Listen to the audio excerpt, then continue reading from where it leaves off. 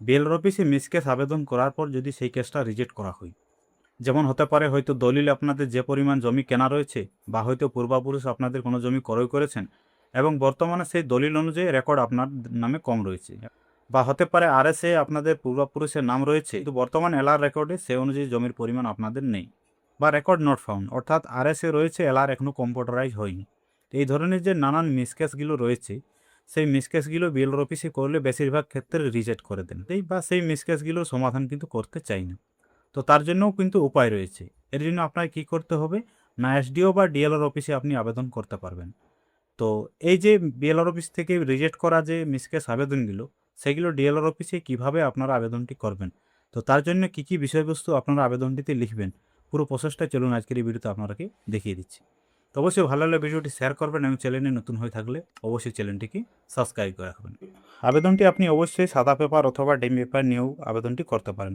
তবে যেহেতু আপনি ডিএলআর অফিসে আবেদনটি করছেন, সেটা এক্ষেত্রে আপনি ডেমি পেপার নিয়ে সেটা লিখিতটি করবেন। কীভাবে লিখবেন, তো প্রথমে লিখবেন জেলা ভূমি ও ভূমি সংস্কার আধিকারিক, অর্থাৎ ডিএল অ্যান্ড এলআরও। তারপর আপনার মহকুমা বা জেলার নামটি এখানে লিখে দিবেন। তারপর বিষয় বা সাবজেক্টটাতে নিচে লিখবেন পশ্চিমবঙ্গ ভূমি সংস্কার আইন 1955 এর 51 এ ধারার আদেশের বিরুদ্ধে আপিল, এবং যার হচ্ছে 1955 সালের 51 এর ধারার আদেশে আপনি ডিএলআর অফিসে আবেদনটি করছেন। অর্থাৎ এক্ষেত্রে যে কোনো রেকর্ড সংশোধনের মিসকেসেরই আবেদনের ক্ষেত্রে আপনি এই বিষয়টিতে লিখবেন। তারপর নিচে লিখবেন মহাশয়, শ্রদ্ধেয় নিবেদন এই যে আমি এখানে আপনার নাম, আপনার পিতার নাম বা স্বামী যেটা হবে আপনাকে এখানে লিখতে হবে। তারপর আপনার পুরো নাম ঠিকানা, আপনার গ্রামের নাম, জেলার নাম, পোস্ট অফিসের নাম, থানার নাম, সম্পূর্ণটা এখানে লিখে দেবেন। তারপর নিচে আসবেন, নিচে এসে এখানে লিখবেন আমি পূর্বে বিএলএনএলআরও অফিসে 51 এর ধারায় রেকর্ড সংশোধনের জন্য আবেদন করেছিলাম, যার বিবরণ নিচে দেওয়া হলো হবে। এখানে কি করবেন, সেই কেস নাম্বারটি লিখবেন। দেখবেন বিএলআর অফিসে আবেদন করলে একটি মেমো নম্বর বা যে মিসকেস নাম্বার সেটা দেওয়া হয়, সেই কেস নাম্বারটি এখানে আপনাকে লিখতে হবে। তারপর অর্ডার ডেট, কত তারিখে সেই কেসটা রিজেক্ট করা হয়েছে সেই ডেটটা এখানে লিখবেন। তারপর আপনার মৌজার নামটি লিখবেন, জেন নাম্বার কত, অর্থাৎ কোন মৌজার জমি বা যেটা আপনি সংশোধনের জন্য আবেদন করেছেন সেই মৌজার নাম, জেন নাম্বার, খতিয়ান নম্বর, প্লট নম্বর, কোন প্লটের মধ্যে সমস্যা, কোন খতিয়ানের মধ্যে সমস্যা, কত পরিমাণ জমি, সেই জমির পরিমাণটা এখানে আপনি লিখে দিতে পারেন। সেই জমির বিবরণটি এভাবে লেখার পর কিন্তু উক্ত কেসটি রিজেক্ট হয়েছে, যা আমার মতে সঠিক নয়। অর্থাৎ কেসটা আপনি সব কিছু দিয়েছেন অথচ কেসটা রিজেক্ট করা হয়েছে। কেন রিজেক্ট করা হয়েছে, আপিলের কারণ কি না, 1 নম্বর কারণ হচ্ছে আমার জমির বৈধ দলিল থাকা সত্ত্বেও বিবেচনা করা হয়নি। যদি আপনার দলিল সূত্রে সেই রেকর্ড সংশোধনের মিসকেস আবেদনটি করেন, তাহলে এখানে দলিলের কথাটা আপনি উল্লেখ করবেন। 2 নম্বর কারণটা হচ্ছে মাঠ তদন্ত সঠিকভাবে হয়নি, অর্থাৎ যে আবেদনটি আপনি বিএলআর অফিসে করেছেন তার জন্য যে আরআই সাহেব আপনার জমিতে তদন্ত করেছেন, সেই তদন্তটা হয়তো সঠিক হয়নি। অর্থাৎ আপনার যে কারণটা কেন কেসটা রিজেক্ট করা হয়েছে, আপনার সব কিছু বৈধ দলিল রয়েছে, বৈধ আপনার ডকুমেন্টস রয়েছে, সব কিছু থাকা সত্ত্বেও যে রিজেক্ট করা হয়েছে তার কারণটা এখানে আপনাকে লিখতে হবে। আপনার কী কী ডকুমেন্টস আছে, আপনি কোন ডকুমেন্টস মোতাবেক আবেদনটি করেছেন সেই ডকুমেন্টসের বিষয়টি এখানে লিখবেন।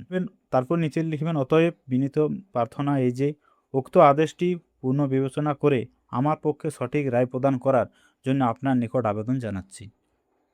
তারপর নিচে ডান সাইডে ধন্যবাদান্তে এখানে আপনার নাম, স্বাক্ষর, আপনার মোবাইল নাম্বার সব কিছু অবশ্যই ঠিকানা সহ দিতে হবে, এবং বাঁ সাইডে তারিখ এবং স্থান। এবং এই যে আবেদনটি আপনি করবেন, এই আবেদনের সাথে যে সকল ডকুমেন্টসগুলো আপনাকে দিতে হবে, যেমন যদি আপনার দলিল সূত্রে রেকর্ড সংশোধনের জন্য আপনি আবেদন করেন তাহলে দলিলটিও দিবেন, এবং যদি আরএস পর্চা থাকে আপনার কাছে, কেবি পর্চা থাকে, বর্তমান এলআর পর্চা থাকে, যা যা প্রমাণস্বরূপ আপনার ডকুমেন্টস থাকবে সমস্ত ডকুমেন্টস দিতে হবে। এবং তার পাশাপাশি যে কেসটা বিএলআর অফিস থেকে রিজেক্ট করা হয়েছে সেই কেসের অর্ডার শিটটাও আপনি বিএলআর অফিস থেকে বের করবেন। যে কেসটা বিএলআর অফিসে রিজেক্ট করেছেন সেই কেসের অর্ডার শিটের জন্য যদি আপনি বিএলআর অফিসে আবেদন করেন, সেই কেসের অর্ডার শিটটা দিতেও কিন্তু বিএলআর অফিস বাধ্য থাকবে। তাহলে সেই অর্ডার শিটটা বের করেও আপনি আবেদনটা সারিয়ে দিবেন, এবং ফিল্ড ইনকোয়ারি করার সময় যে সকল চিঠি হয়েছে, যে সকল নোটিশ আপনার কাছে থাকবে, আপনার বিবাদীগুলোকে যদি আপনি চিঠি পাঠাচ্ছেন তাহলে তার যে রিসিভ, তার যে নোটিশ, যে সকল ডকুমেন্টস এবং আবেদন এবং বিএলআর অফিসে যে লিখিত আপনি বিসকেসের যে আবেদনটি করেছেন সেই লিখিতটাও আপনাকে আবেদনটা সাথে দিতে হবে। অর্থাৎ সংশোধনের জন্য যাবতীয় ডকুমেন্টস বিএলআর অফিসে যে সকল দিয়েছেন সমস্ত তথ্য প্রমাণগুলো আপনাকে আবেদনটার সাথে দিতে হবে। এবং তার পাশাপাশি আপনার জমির যে পজিশন তার একটি ম্যাপও আপনাকে বানাতে হবে আমিনকে দিয়ে, যে আমি জমির এই জায়গাতে দখলে রয়েছি, আমার দলিলে জমির পরিমাণ এই রয়েছে। বা যদি আপনার আরএস খতিয়ান নিয়ে সমস্যা থাকে তাহলে আরএস খতিয়ান আমার জমির পরিমাণ এত রয়েছে এবং সে অনুযায়ী আমি ভোগ দখল বা চাষবাস করে আসছি, তার যে পজিশন ম্যাপ সেটাও আপনাকে আবেদনের সাথে দিতে হবে। অবশ্যই যদি আপনার কেসের সব কিছু ঠিকঠাক থাকে তাহলে ডিএলআর অফিস থেকে বিবেচনা করে সেই কেসের যে অর্ডার শিট বা তার যে নির্দেশ সেটা কিন্তু বিএলআর অফিসে আবার পাঠানো হবে। এরপর ডিএলআর অফিস থেকে যে অর্ডার কপি আসবে বা যে পারমিশনটি পাবেন তা দিয়ে অবশ্যই বিএলআর আপনার কেসের যে সমাধান সেটা কিন্তু করতে বাধ্য হবে। ডিএলআর অফিস থেকে সরাসরি আপনার কেসের সমাধান করতে পারবে না, কিন্তু তার সেখান থেকে অর্ডারটি বিএলআর অফিসকে দেওয়া হবে বা তার থেকে পারমিশন আপনাকে দেওয়া হবে। সেই পারমিশন মোতাবেক বিএলআর অফিস কিন্তু করতে বাধ্য হবে।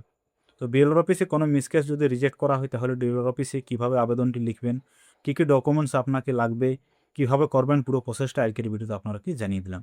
অবশ্যই ভালো লাগলে ভিডিওটি শেয়ার করবেন এবং চ্যানেলে নতুন হয়ে থাকলে পরবর্তী এই ধরনের জমি সংক্রান্ত ভিডিও দেখার জন্য অবশ্যই চ্যানেলটিকে সাবস্ক্রাইব করে রাখবেন।